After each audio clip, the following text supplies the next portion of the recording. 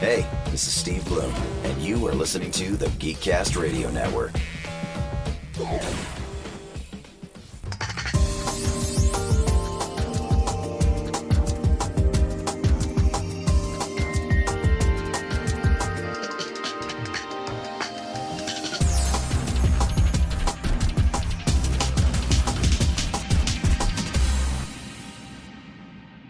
Hello and welcome to Altered Geek Unlimited, episode 59. I'm your host, Steve Megatron Phillips, and joining me again this week is...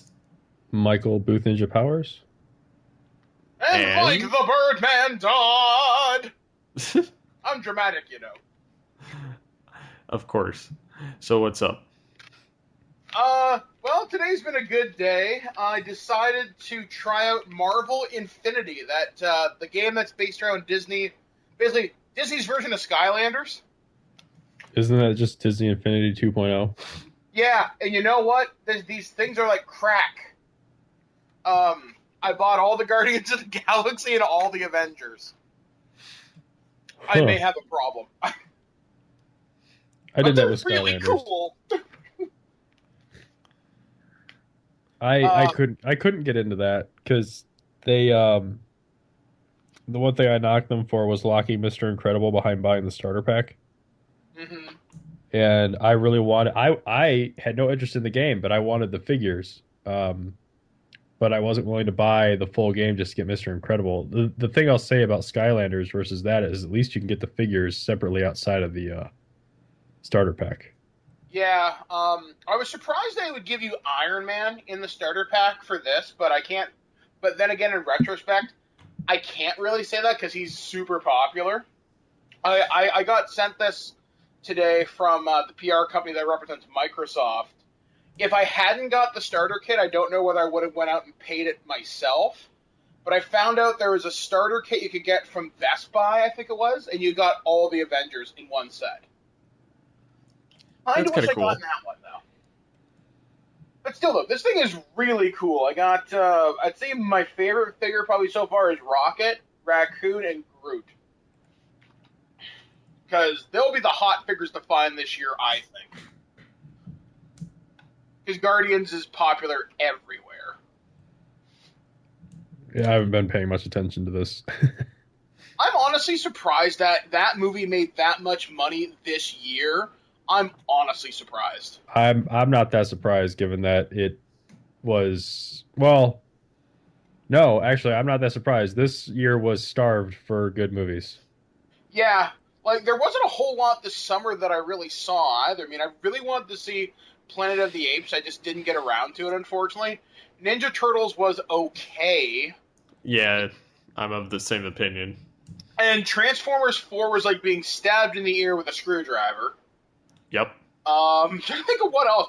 Days of Future Past was probably the best thing I saw this year. What about Cap 2?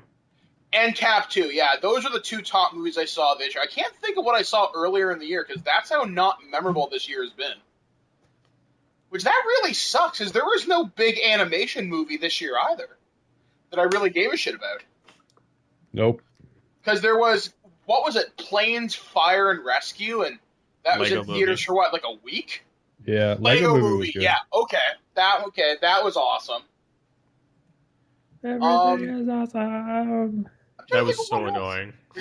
I was surprised they took a movie, like a concept like Lego, and actually made a really fun movie out of it. I was really, really surprised. Because normally they're just bad. And there's some weird messages in the Lego movie. Yeah. There's a lot of people that have personal problem with the film, but I don't care. Doesn't Blanchard hate the Lego movie? I know Michael Wilson doesn't like it. Until Batman showed up. Oh, Batman. Everything is terrible until Batman shows up. That was great.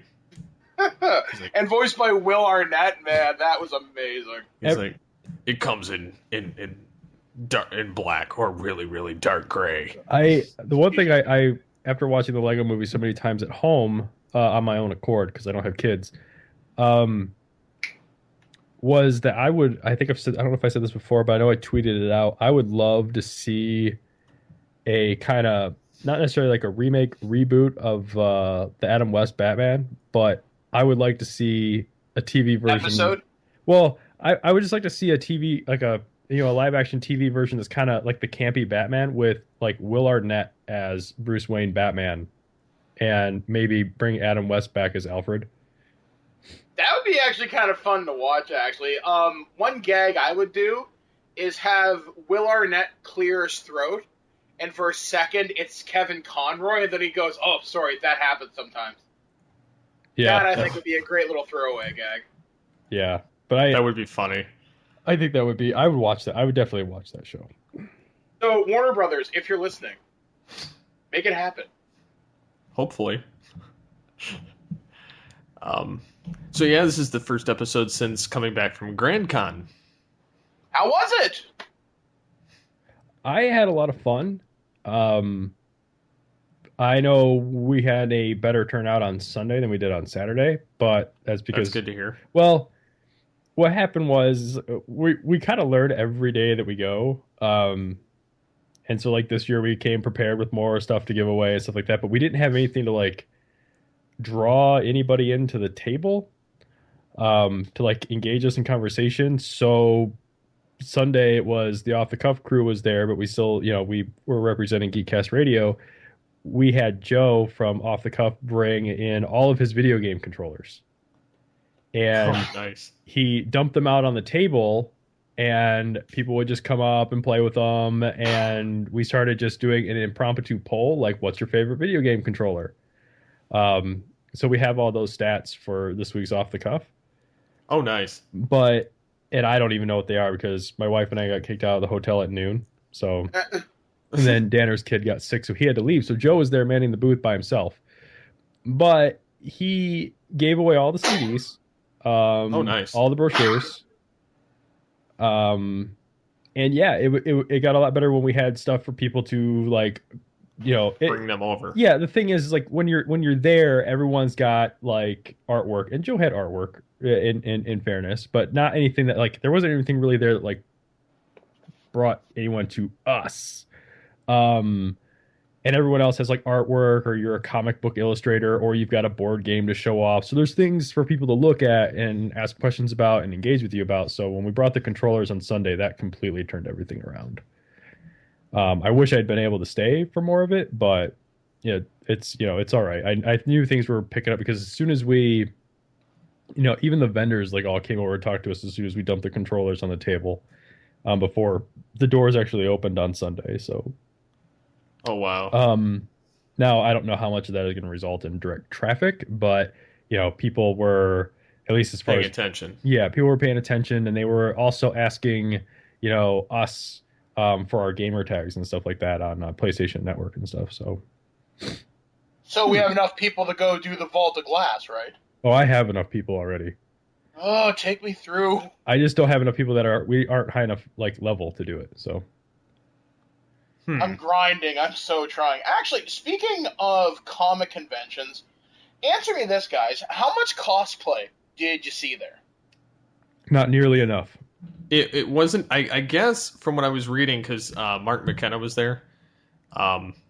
He posted something on his Facebook earlier today about the fact that something about the artists and how much they make and everything else. And there was a point in there where he said that a lot of conventions are turning into cosplay cons instead of being Comic Cons.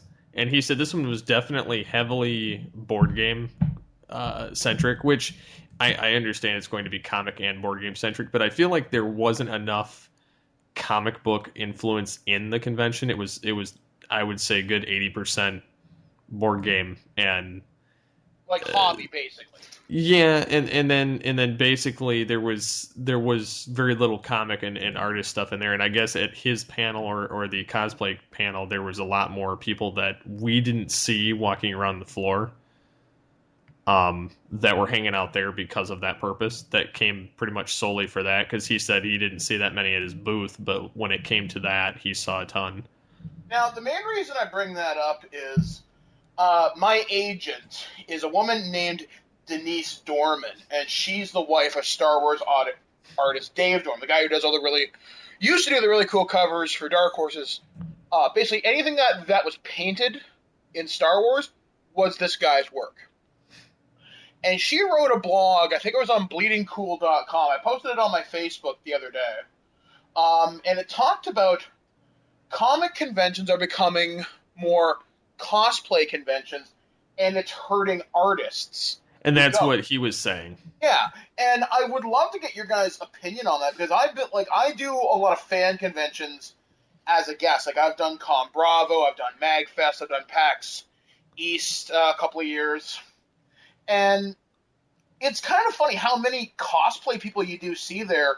And I can see the point on both sides, saying I could see how cosplay can distract people from visiting artists and other content creators because they're clogging up the hallways. But some of these cosplay people are so incredibly talented. Like, they should be working at Hollywood talented. I don't think, maybe it's just me. I think it's kind of, obviously Geekcast Radio isn't the same thing as the network, or as like a comic book artist or anything like that. But I feel like that is kind of the same thing that, we're Geekcast Radio is at the bottom, right? We're at the convention and no one's coming to talk to us because no one knows who we are. And then you have like the comic artists that show up, and some people know who they are, but not as many people know who they are as they would like. And then there's like other people that they may come for. I just think it's kind of like we sit back and complain that no one comes to our table, and they sit back, but no one knows who we are, and they sit back and complain that no one's coming to their booth. But it's kind of like, isn't that your problem? Like, well, sometimes certain things get covered. Like, for a convention, I won't do a convention unless certain expenses of mine are covered, like at least my hotel and a per diem. I don't mind covering some travel costs. But, for example, in the article, Denise was saying they pay for stuff like hotel, they pay for booth and stuff like that. And going to San Diego, you can imagine, is retardedly expensive. This year they went, didn't make a whole lot of money, despite having a really nice booth. They actually came back $1,000 in the hole. And some of the conversation was going, there's another guy that I talk with, his name is Andrew Farrago, and he's the curator at the Cartoon Art Museum in San Diego. And he was talking how it's affecting other artists too. And it sucks because sometimes artists don't get noticed at these conventions, which is really unfortunate because some people that do this as a hobby that are selling fan prints of, like, say, Doctor Who, Deadpool, Mega Man, or whatever, they're getting, the foot traffic is shrinking. So I can see it from both sides of it. And I don't know. You've got a really good point where it's up to the content creator to bring people in, like to have a booth that's interesting and to have content that people are going to want to come and not necessarily spend money on, but engage you in conversation or something. Well, okay, sorry. I'll make it real brief, but I think that, I kind of agree on both sides of it, because, like, obviously we started kind of brainstorming ways to draw traffic to our booth. Not only, what you guys happen to do Sunday, but for next year as well, of some way to draw attention. And at the same time, these conventions generally fly out and put these guys in a hotel for the conventions and have them as like their headliner type thing, and have them do a panel talking about it with Q&A and everything, which is fine and well for those that know who they are. Like, for instance, like Mark McKenna, the name sounded familiar. I wasn't too familiar with his work, but who is he? Because that name does sound really familiar. Well, he does a lot of comics. He does Star Wars. He does Marvel. He does DC. He did a lot of the Batman stuff in the 700s issues, and then I was familiar with him, but I wasn't familiar with his name.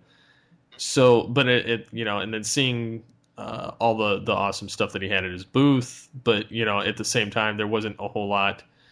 I feel like the comic end of it, at least this year, was a lot lower than last year. Well, last year there was a giant. One of the vendors had like an entire wall of just like you might as well have walked into like half a comic book store. Yeah, which was kind of cool because if you were looking for any variety of things, you could go to it. Whereas I only could count, at least that I noticed, there were only 2 booths that were actually selling comic books, and there was one that was selling a little bit of newer stuff, and there was one that was selling like quarter bin stuff. and then the rest was like artists, and then it was like I said, 80% board game centric. See, but like the actual artists that were there, like I don't know, like I don't think, like I have no idea who's going. Like when I hear about GrandCon or anything like that, I don't go and look at who's going to be there or anything like that. Like I go and I wander around, kind of like when I treat them like I would if I was going to like a car show. Like I'm gonna go wander around, I'm gonna look at the cars that I want to look at, and that's about it. Like I know Danner and Joe went and spent a lot of time over at Mark McKenna's booth and stuff like that, which was like right next to ours. As did I. But I never went over there. I could care less about what the guy's done. But I did go and buy a bunch of art from this Corinne. I wish I could remember her name. My wife has her card.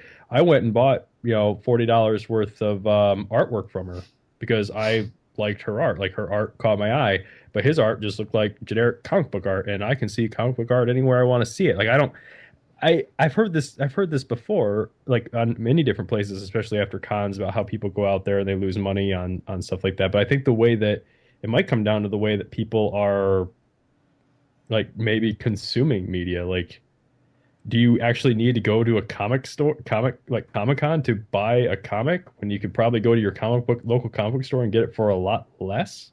Well, yeah, I mean, they've become malls more or less, haven't they? Conventions. Yeah, they're kind of like mini malls. They're like it's like a giant flea market. Yeah, that's fine. But like, I'm gonna go and look at what I want to look at. I'm gonna wander around. You're there and for see the experience, something. right? Yeah, and if cosplay happens to be like, if I walk by and I see someone in a cool cosplay outfit, yeah, that's cool to see. It's kind of like I walking through an auto show. You see a freaking cool looking car. That's really nice craftsmanship. You did a really good job. But as far as like the people, I just feel like that's.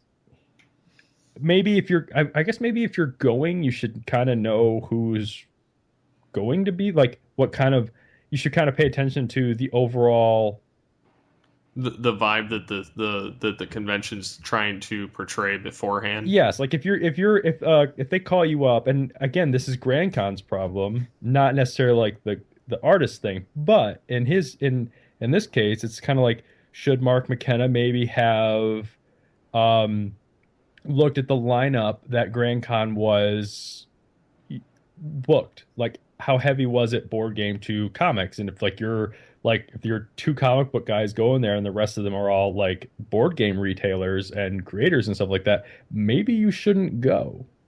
Did maybe this guy do some artwork for like a Dungeons and Dragons book or something, or? If he did, I didn't see any. All I saw was like a bunch of Marvel characters. No, he had Marvel, DC, and Dark Horse, like Star Wars and Batman, and but see, at the same time, like I like Dungeons and Dragons, I like Exalted, I like a bunch of White Wolf stuff, but I don't know who does any of their art. Like I don't know. Maybe I'm part of the problem, but it's weird because the convention environment has changed so much, and even so much in the last couple of years. Like you, Mike, for example, you go for the experience. Steve, if there's an artist there, you'll go and see them. And I kind of visit, I try and give like a general, go see everybody and kind of see what's going on before, I mean, I don't really go for any. Now, if it were a Transformer convention, yeah, I'd go for specific people. But like for Comic-Con, I kind of expect to see like a broad view of everything. Like how many people showed up at GrandCon, would you guess, over the course of the 2 or 3 days? I haven't seen numbers, but I know Friday night alone had more people than all of last year. I know that they said that they at least doubled from last year. Good. So, and it is a lot of. Oh, sorry, Mike. Go ahead. No. And GrandCon is definitely more board game centric, but that's something. And if they want more comic vendors out there, that's something that they need to like address. And I do remember seeing on Facebook that GrandCon was putting out special. There were special posts dedicated to like cosplayers, like they did try to attract cosplayers this year, as well as comic vendors and stuff like that. But yeah, there was a smaller amount, but that's because they all did so bad last year. Well, and I did notice that there was across their social media there was a couple of random bashings. The fact that and some of it was, some of it I could kind of get. They were kind of being nice about it, but they were, at the same time, a lot of people were just going, "Oh, boo! I don't," eh, you can't. I don't know. You can't really judge it without going, but some of these people went and were going, "Oh, there's barely any comic stuff here," and they were expecting it at Comic-Con, and How many years old is GrandCon? 2. Yeah, it takes 3 to 4 years for a convention to really find its footing. well, and to be fair, we didn't, even last year when we went, we didn't have a clue what the hell we were getting into. No. And I don't think they really knew either, because there were a lot of vendors showing up just because they didn't know what to expect. And then this year, it was kind of like some of them came back, and then some of them came back as press instead of having their podcast tables. And then some of them were, like doing like us. We just did the same thing, and But here's the thing. GrandCon. Let's just think about this. The name GrandCon, that does not pigeonhole you into any one thing. no, that, so I mean, they that could is cover anything. Basically, it's a conference or it's a convention in It's Grand a nerd Rapids. gathering. Yes, and that's what it is. So, and that's kind of how I take it. Like, I want to go and hang out with a bunch of other nerds. Maybe I'll get in a conversation with some people like I did on Sunday morning about video games or, stuff like that. It's kind of like just going to my friend's house and hanging out for the weekend, but I'm doing with like hundreds of other people. See, maybe people just have like the wrong expectations for GrandCon, because like I said, the name doesn't pigeonhole it into any one thing. No, but it does say, it is GrandCon Gaming and Comic Arts Convention. Yeah, but see, gaming is first. Yeah. Which I get. I'm not bashing it anyway. I go for the Comic-Con purposes, and it's close. And I wish I would have seen more cosplay though. I kept seeing I'm that chick hoping- with the bikini and wings, but I never saw her. I like smaller conventions myself, like GrandCon. Actually, one of the conventions I'm very heavily involved with. I've worked for them for a few years. I've also been a guest for the last 3 or 4 years. Is a convention called Com Bravo in Hamilton, Ontario, and they're a multi-genre convention. There are comics there, but it's not so much. I see a lot of cosplay, a lot of people that make stuff, very much like having Etsy. Like, you can have people that can make you want a Deadpool purse, not a problem. You want transforming shoes, no problem. They can do weird things like that. And the main reason people go to those ones are the panels. Because Com Bravo, for example, is very heavily new media focused. So they have podcasts out there. They've had JonTron came out this past year. They had The Angry Video Game Nerd, The Nostalgia Critic. James Portnow from Extra Credits came 2 years ago, I think. Or I last love year. extra credits. And it's a really cool show, just the fact that these smaller nerd conventions, they can address problems that the larger conventions can't. For example, there was one convention that happens in Toronto every year, Toronto Fan Expo. And every year, they invite all these cool people. The problem is, it's changed so much, because it's more like you're there to see Hulk Hogan and Captain Janeway and the guy who may have played Jason in Friday the 13th once in a background scene, $50 for his autograph. And I don't know, there's something about corporate-run conventions that just don't rub me the right way. The only one that even does kind of is PAX, but even it's got its issues because of the huge floor space, which is pretty much what the convention's about, but there's also really awesome panels at the same time. But it has a more community feel to it. And I think that's more friendly to us in the podcasting community. Because you can do interviews there, you can hang out, like you said, actually make friends at these things. Or if you're into a larger, I wouldn't call it a corporate convention. I don't even know how I'd quantify this. You guys have heard of DragonCon, right? yeah. Yeah, I have Yeah. some friends that go to that. Yeah, and it's a huge role-play nerd convention, and yet they have hell, the guy who directed Guardians of the Galaxy was there this past year. James Gunn, which is really awesome. I don't know, like, convention culture has changed. And it's little conventions, like I said, like GrandCon, I would go to. Sure, they may suck for the first year or two, but they're willing to listen to you. And they can adapt their programming, and they don't necessarily have to spend thousands of dollars to fly out some of these guests. Because I've worked in convention booking before, and you'd be surprised what people ask. What the hell was that? Please go look. I heard something fall over, and I don't like what I heard. Boom. Damn, kitty. Yeah, pretty friggin' much. Cat, I swear to God, if you knocked over those Ninja Turtles, we're gonna have words. Anyway, continuing on with the show. Fuck you! Sorry, guys. This is married life. You too can look forward to this. Yeah, I mean, smaller conventions are fun. And honestly, Steve, where is GrandCon? Grand Rapids, Michigan. How far is that from the border? Of Canada. Well, where are you at in Canada? I'm just an hour north of Toronto. Okay, forgive me. I'm not familiar with Toronto. It's- Is that on the East Coast? Yeah, Are you? How close are you to Steve? I'm close. It's probably like, I would say like a 2.5 hour drive from Yes. me. Well, Okay. no, So well, it's a 2-hour drive from where I live, and I live in Flint. So You know what, guys? I just got a plan. Next summer, if I'm not busy, I should join you guys at GrandCon, and we should just take it over. I've done this before, and it can be a fun time. Now, admittedly, there may be a little bit of police trouble at some point, but it's worth it. Trust me on this one.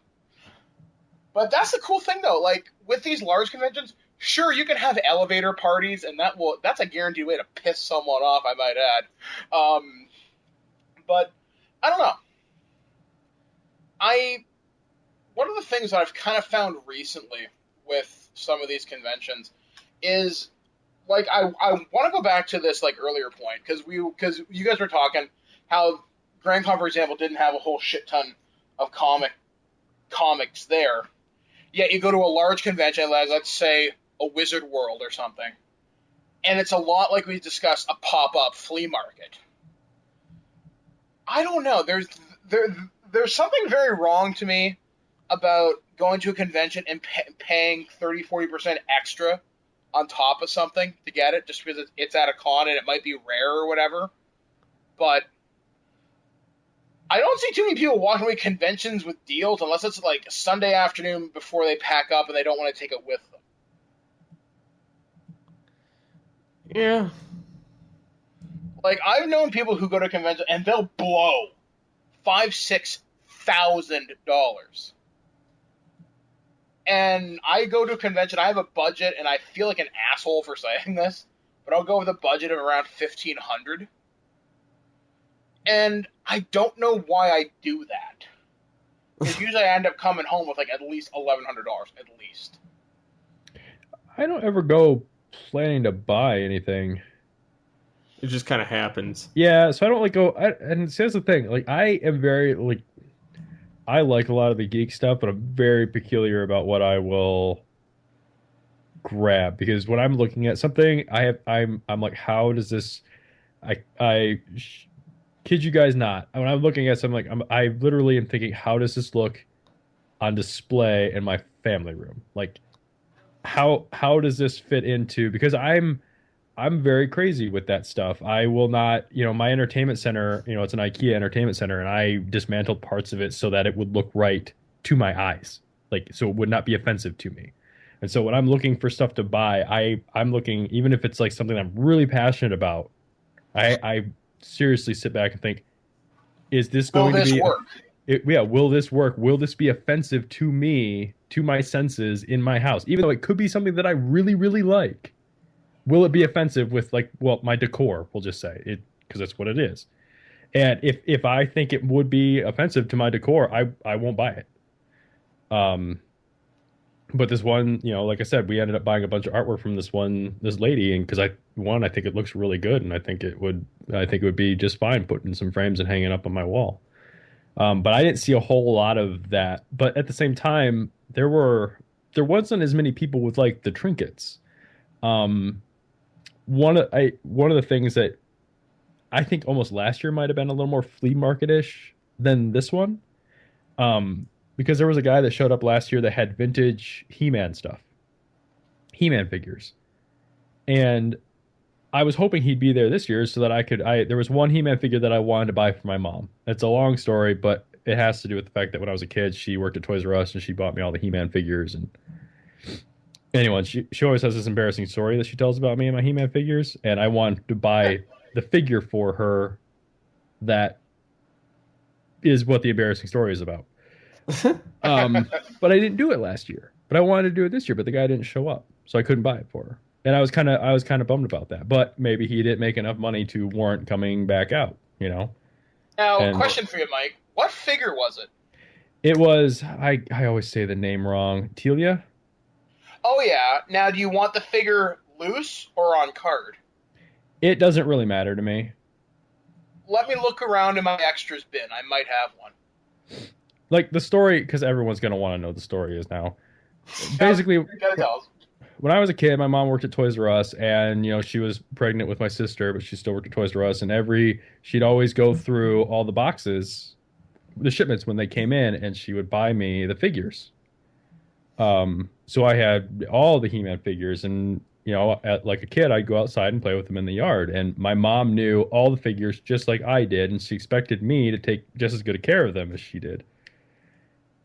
And I came inside one day after she had looked all over for Telia, like at Toys R Us, to bring it home. And, she finally brought it home for me. I did not know any of the effort that went into this because, this was before 1989, so I was less than 8 years old. Anyways, long story short, I came inside with my He-Man figures, and she was like, well, where's Telia? And I was like, I don't know. She goes, you better get back out there and find her. And so sent me back out into this giant-ass yard by myself, and she swears I was walking around the backyard, front yard, going, Telia, where are you? And, we did end up finding her. Apparently, I buried her somewhere in the backyard. I don't know. Nice. But I saw the figure last year, and I was like, I should get that for her because I think that would be really nice to do. And I didn't do it last year, and I didn't get to do it this year. So, Your mom is officially the coolest mom that I've heard of recently. She's done well. Yes, like my early she would years. go through figures and know that. That's amazing. I wish my parents knew that. She was cool, but when I was a teenager, she was not, and now she's cool again. So I think that's a comes rite and of goes in passage. cycles. yeah. So, but no, I love my mom, and I appreciate all the stuff she did for me growing up and stuff like that. But yeah, I was kind of bummed that guy didn't come back.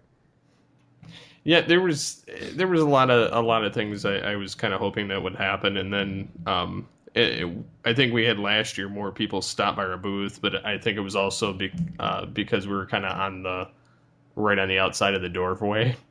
Yeah, I felt it was unavoidable. Whereas like this year a we had to location. dive under and over the table to get to our booth. Yeah, I feel like we had a better location last year.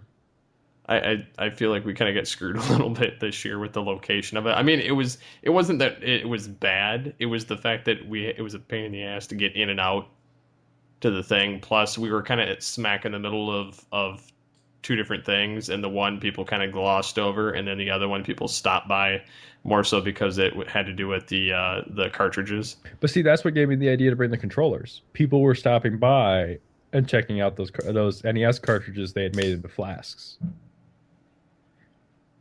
That's fucking so cool. And they had really cool yeah. names on them too. I can't remember any of them for the life Well, of me. like But, Drunk Hunt. yep.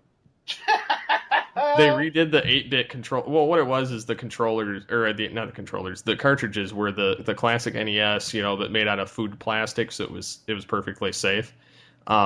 and they took the shape and everything. It looked just like an NES cartridge, and they had new 8-bit art done up for them in the style of like Mario or Duck Hunt or the various 8-bit games. And they were flasks, which was kind of interesting. And they said they used them to get past the border and like customs and metal detectors, because you can just put your drink of choice in there. And don't give the terrorists ideas, Steve. I don't want to be killed by Duck Hunt. Drunk Hunt. Drunk Hunt.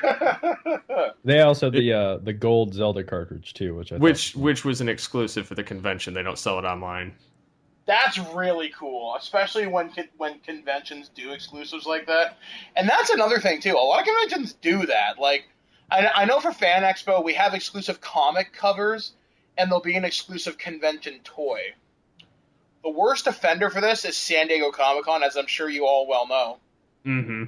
I went through hell and back in July of 2012 to get a My Little Pony Derpy Hooves toy. These things, now, they retail for $40 when you got them at the show. Day of the show, they were selling for over $250 online. I'm driving with my wife, and I've got my iPhone out, right? And I'm browsing internet, and I'm watching the site. One of these things is going to go live on Hasbro Toy Shop. I was willing to walk up to a stranger's house and ask if I could use their computer to buy a My Little Pony. I have a problem. Pretty sure the police would have been called. I'm like, late. And then I yelled at my wife to go do it. I'm like, come on, you look softer than me. I look like a criminal. You can do this. Happy ending to the story. I did get my Little Pony. And then I tried to sell it to Walt from Comic Book Men. Fortunately, I still have it. I'm never letting her leave the house again. Mm-hmm. Sad man, carry on. But I love how that put you into stunned silence.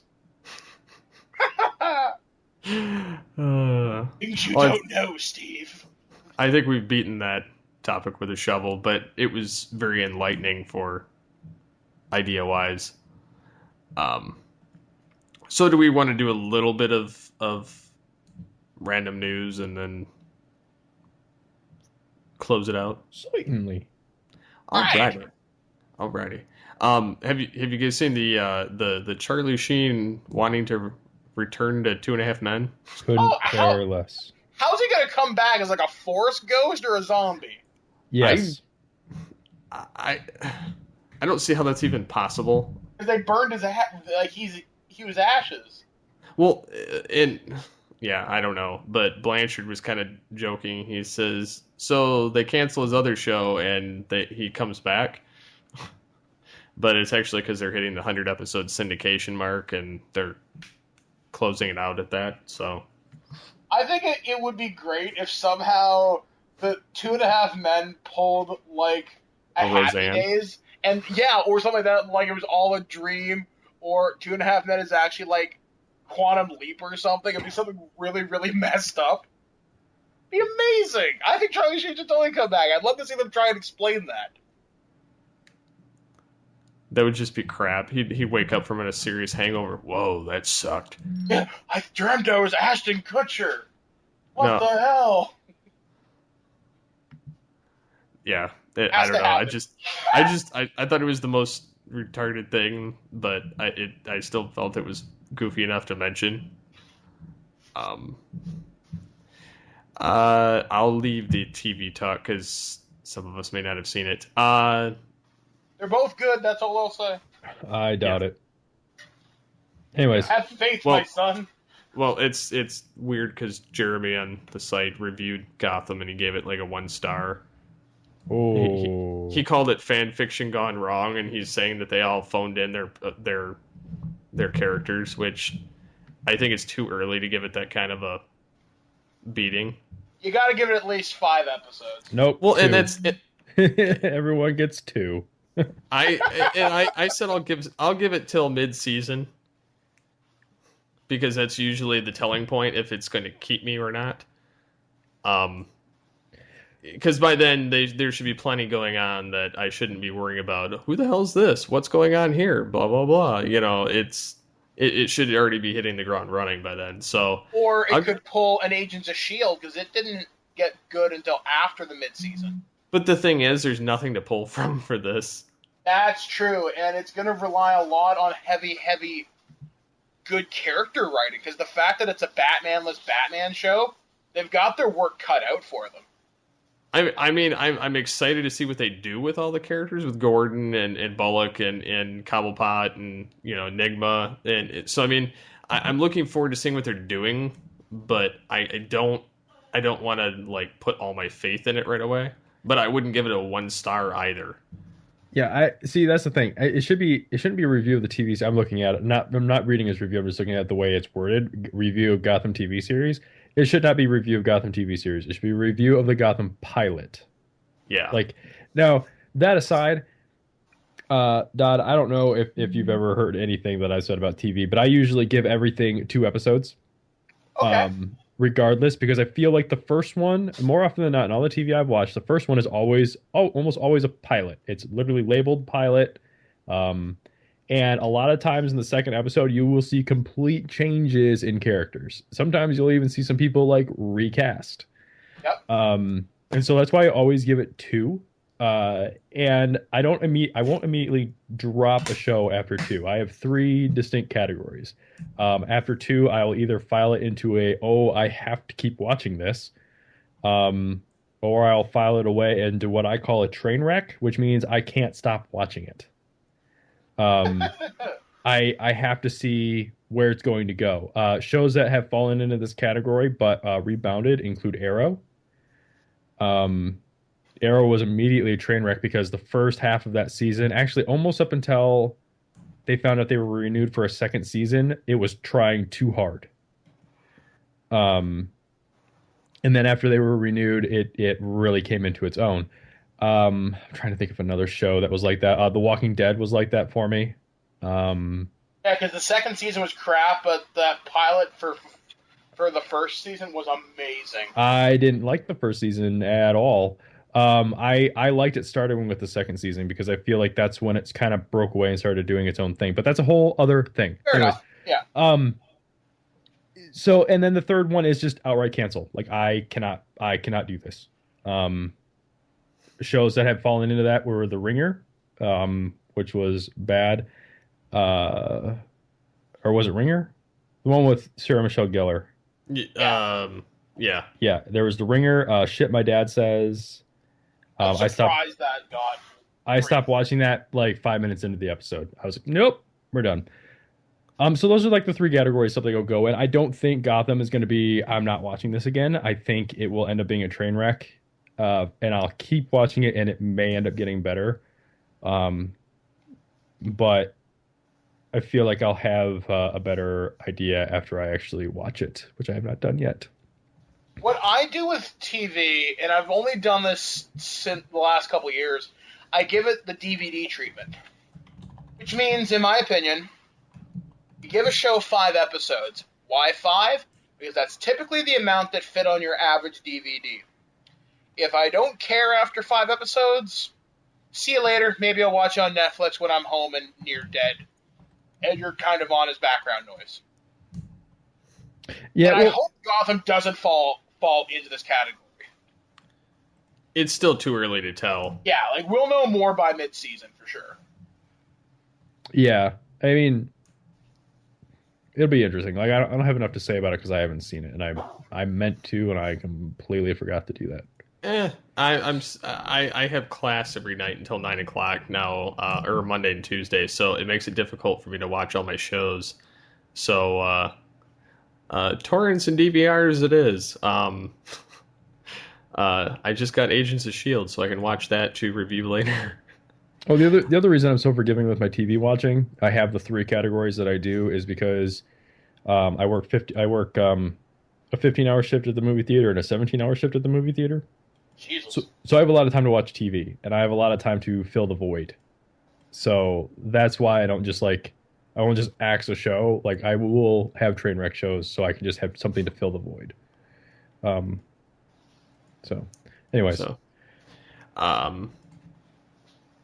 So there's the, I don't know too much about it, but I see that they have invented this new type of reversible USB cable, which they're talking about will replace HDMI and display plugs. Now, where's the outrage about this?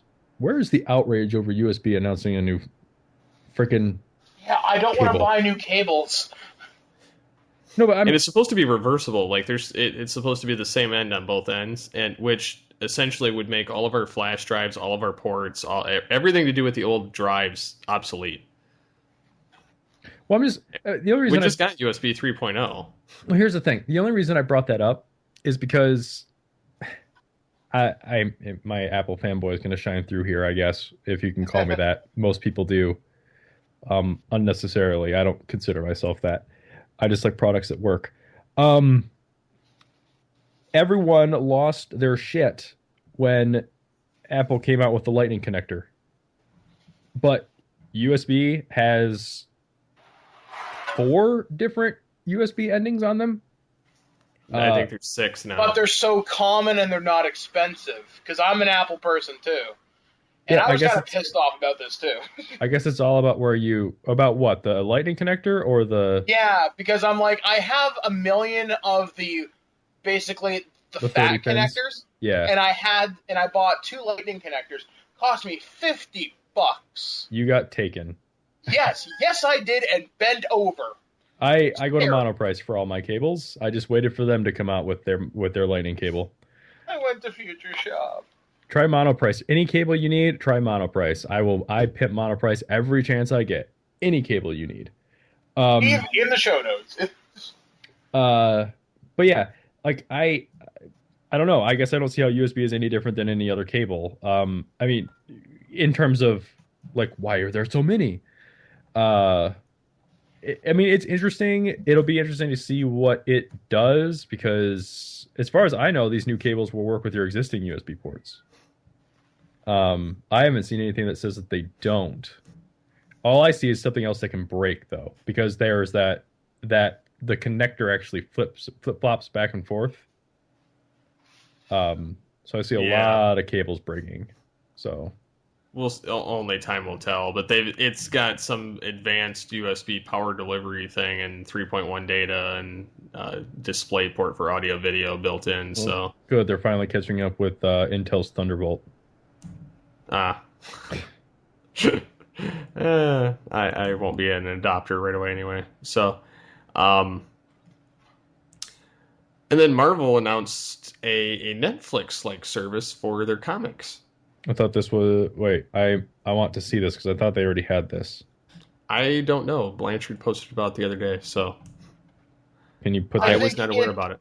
I think it's a good idea. I just wonder how that will affect brick and mortar.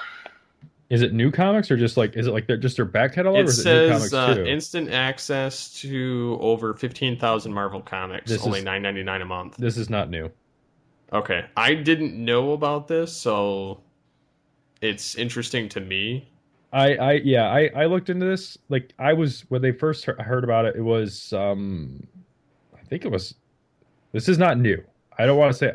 I want to say I heard about it last year, but I could be completely wrong. I've heard about this before, and I was like, ooh, that sounds really interesting. I would totally do that. And then you go and look at it, and it's kind of like the Hulu model. It's like you're not going to get... Or it is the Netflix model. It's not the Hulu model. You're not going to get new stuff for a while. So it's not something that, like, I could use to like keep up with comics the way that I want to. But it does appear that they have different packages for it. Like certain they'll give you a figure or they'll give you a certain variants or whatever, just whatever their special happens to be. I don't know, but I don't know. I just thought it was kind of interesting that they're doing something like this to kind of help draw in people that don't normally buy the stuff. See, I don't know whether I could stick with purely digital, although I could make a very strong case for it. For example, I support my local comic book shop. Although I I like physical comics. I like the ability to pull something out of one of my long boxes, sit down on the couch and read something. But you know what? As I sit and record this with you guys, I'm staring at 4 long boxes in my living room.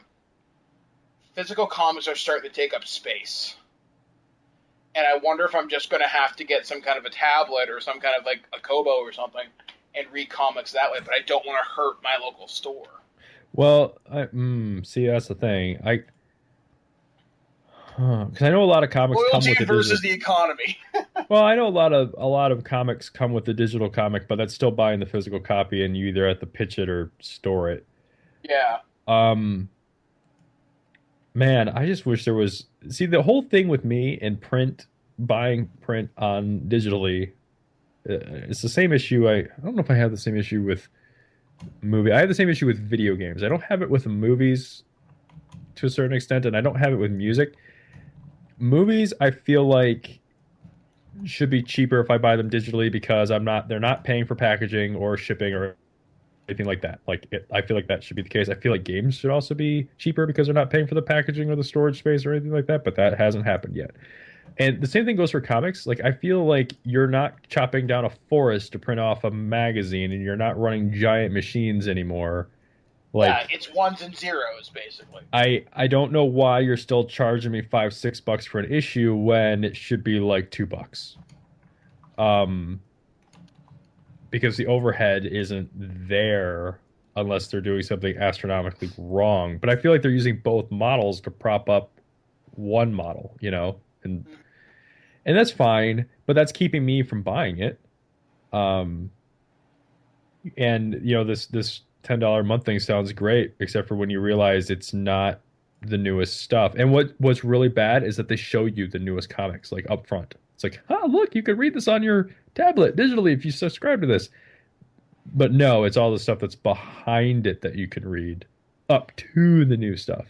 See, I'd be okay as long as their old stuff catalog was really extensive. Well, 15,000 issues sounds like it could be pretty extensive.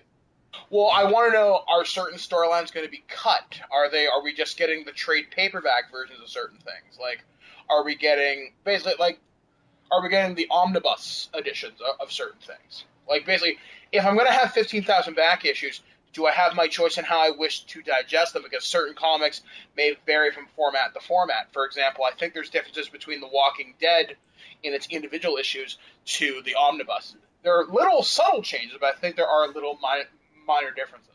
I feel like instead of just shouting off at the mouth about this, I feel like one of us should try this, and I nominate myself. Okay, that's cool. Maybe I'll try it. Maybe I might subscribe to it for a month and see what it is and get back with you guys. Because I don't have a problem with this. I've been looking for a way to read comics, and I love reading comics on the iPad because it's as close to paper as I can get. I love it. I have a great comic app on there, but it's for pirated comics. But anyways, yeah. I mean, this isn't. They've been doing this for a little while, and it's an intriguing idea, and I was interested in it before. But I do like reading the older stuff. Like I too have a long box, but it's like tucked away in my closet, but I haven't pulled it out in forever. I like reading the old stuff, but it's kind of like, why would you subscribe to this if you can't read the new stuff? But I don't know. Maybe I'll try it out. My next check, I'll sign up for a month. See what happens. I may do that as well. I don't know. I'll play it by ear, I guess. We'll get back to you.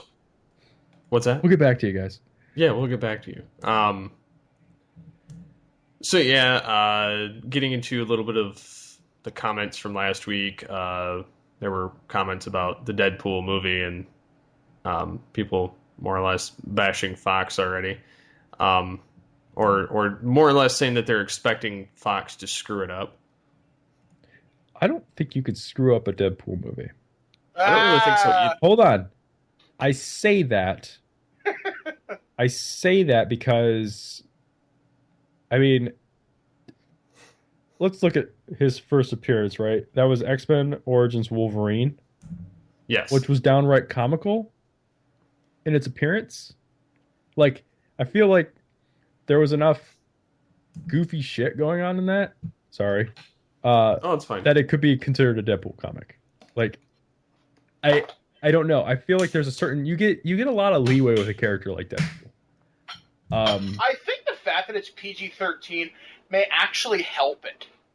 I do too, but at the same time, I also am a firm believer that PG-13 means jack anymore.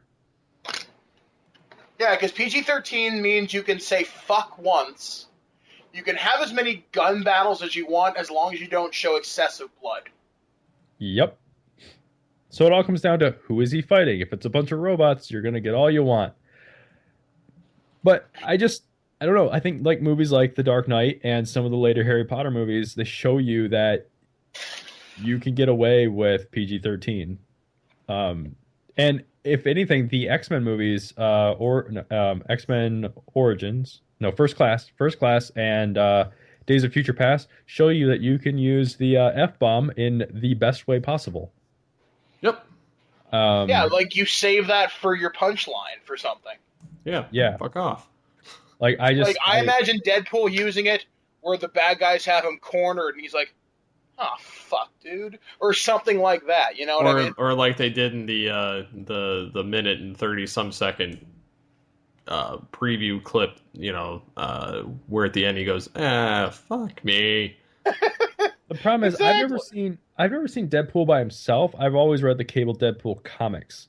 So that's Deadpool having someone serious to play off of. Well, usually, like, he's got, what is it, Death that he has this bond with? Yeah. I don't know too much about him. I'm actually kind of interested to read some, but yeah. So there's that, and then I asked something of what geek culture stands out, and people were saying that TV shows being in the same universe theory is crazily impressive. People have a lot of time on their hands talking about. Boy, do they ever. Did you guys watch that video? No, I didn't. Oh, okay. Well, that's all we'll say about that. Alrighty. But yeah, that's pretty much it as far as that's concerned. So I think that about wraps it up this week. Yeah. Well, thanks for having me out again, guys. This was so much fun. No problem. Yeah, thank you for joining us. Yes, thank you. Yes, have some. Yes. So you can interact with us in the following ways. You can call the voicemail line 502-526-5821. You can email us feedback@geekcastradio.com. You can visit the episode post on the website. You can get a hold of us on Twitter @GeekCastRadio, #AlteredGeek. My Twitter handle is @SCP21. Mine is @BoothNinja81. I am at Birdman Dodd, DODD. It just kind of rolled. So, as always, get altered, get geeky with the Altered Geeks. See you next time. Bye. Me.